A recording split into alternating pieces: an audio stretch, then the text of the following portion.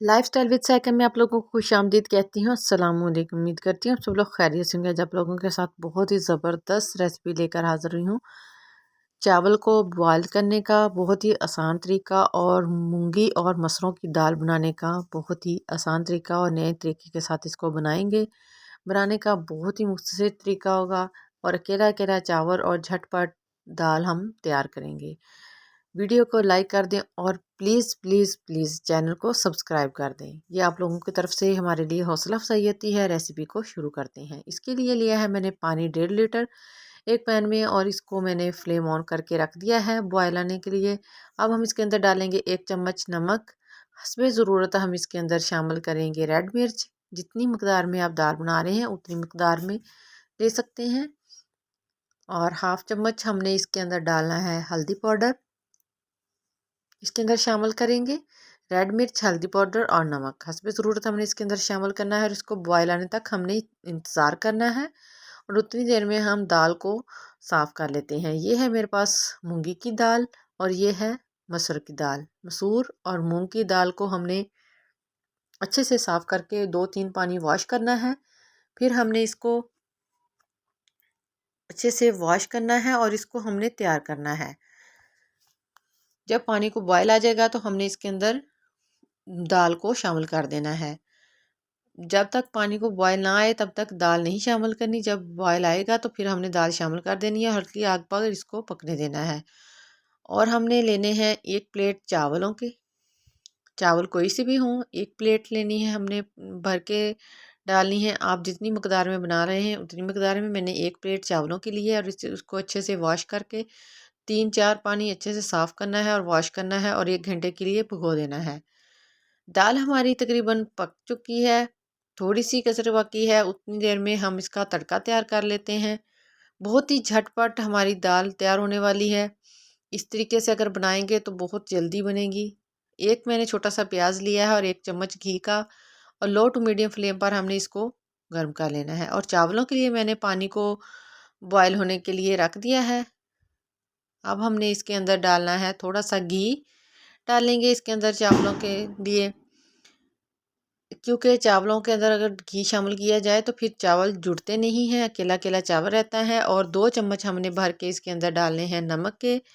नमक डालेंगे, नमक थोड़ा सा ज़्यादा ही डालना है क्योंकि हमने इसका पानी निकालना है, जिसकी वजह से अगर नमक कम होगा तो कम हुआ तो फिर अच्छे नहीं लगेंगे। पानी को बॉयल आने तक इंतज़ार करना है और हमारा तड़का भी तैयार हो रहा है। इसको लो टू मीडियम फ्लेम पर ही हमने इसको फ्राई कर लेना है। प्याज हमारा फ्राई हो गया है और दाल भी माशाल्लाह से अच्छे से पक चुकी है। ये देखें कितनी प्यारी घुल गई है दाल बिल्कुल। के अब इसको तड़का लगा देना है।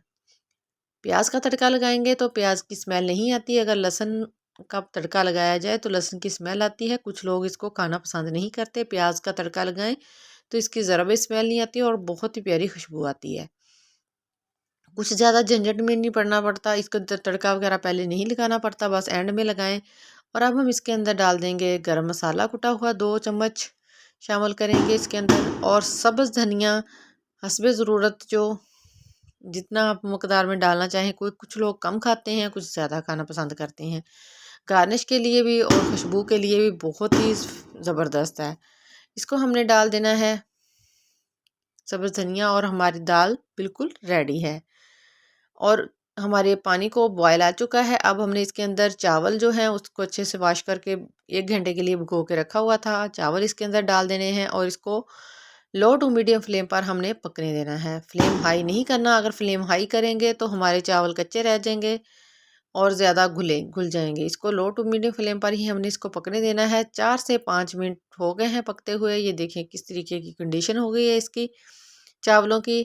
ये इसकी बिल्कुल चिपचिपा सा पानी बन गया है, जो इसकी कलफ भी कहते हैं, इसका पानी बन गया है। और अभी थोड़ी सी हार्ड है हमारे चावल। हमने 1 से 2 मिनट इसको और पकाना है। 1 से 2 मिनट हो गए हैं और पकते हुए। अब हम इसको एक चावल निकालेंगे और इसको चेक करेंगे। चेक करते जाना है, ज़्यादा ना घुल जाए। ये देखिए कितना ज़बरदस्त हमारे चावल सॉफ्ट हो गए हैं। अब हमने इसका पानी निकाल देना है। एक्स्ट्रा पानी जो है हमने इसका निकाल देना है। मैंने एक्स्ट्रा पानी निकाल दिया है। ये देखें कितना ज़बरदस्त खिले खिले से अकेला अकेला चावल हमारा रेडी हुआ है। अब हमने अभी प्रोसेस का ख़त्म नहीं हुआ। इसका हमें इसके ऊपर डालना है घी। घी इसके ऊपर डालें, 1 या 1.5 चम्मच इसके ऊपर घी डालना है। घी डालने का ये बेनिफिट होगा कि चावल जो हैं आपस में जुड़ेंगे नहीं। अगर इसी तरीके से इसको रखेंगे तो चावल जुड़ जाएंगे। अगर ऐसे घी डाल देंगे इसके ऊपर तो वो चावल बिल्कुल भी नहीं जुड़ेंगे। बेशक 2-3 तक रखें इसको, बिल्कुल भी नहीं जुड़ेंगे और अकेला अकेला चावल रहेगा। और गार्निश के लिए इसके ऊपर भी हम धनिया डालेंगे। बॉयल किए हुए चावलों के अंदर धनिया बहुत ही प्यारा और ख़ूबसूरत लगता है। और इसको 2 मिनट के लिए दम दे देंगे।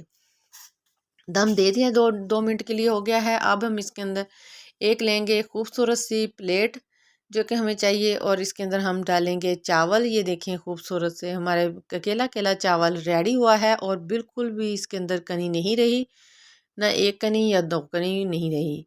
और साथ में हम दाल डालेंगे और पेश करें, मेहमानों को करें, घर वालों को करें और घर वालों का दिल जीत लें। बहुत ही आसान रेसिपी है। उम्मीद है आज की वीडियो आप लोगों को बहुत पसंद आई है। तो प्लीज़ आप लोग चैनल को सब्सक्राइब ज़रूर कर दें ताकि मेरी आप लोगों की तरफ से ही मेरी हौसला अफजाई है और मेरा चैनल ग्रो करेगा। तो प्लीज़ प्लीज़ आप लोग मेरे चैनल को सब्सक्राइब करें और वीडियो को पूरा वॉच करें। और आप लोग भी चावल बनाएं इसी तरह दाल चावल आसान तरीके के साथ। नेक्स्ट वीडियो तक के लिए मुझे इजाज़त दें। दुआओं में याद रखें। अल्लाह हाफिज़।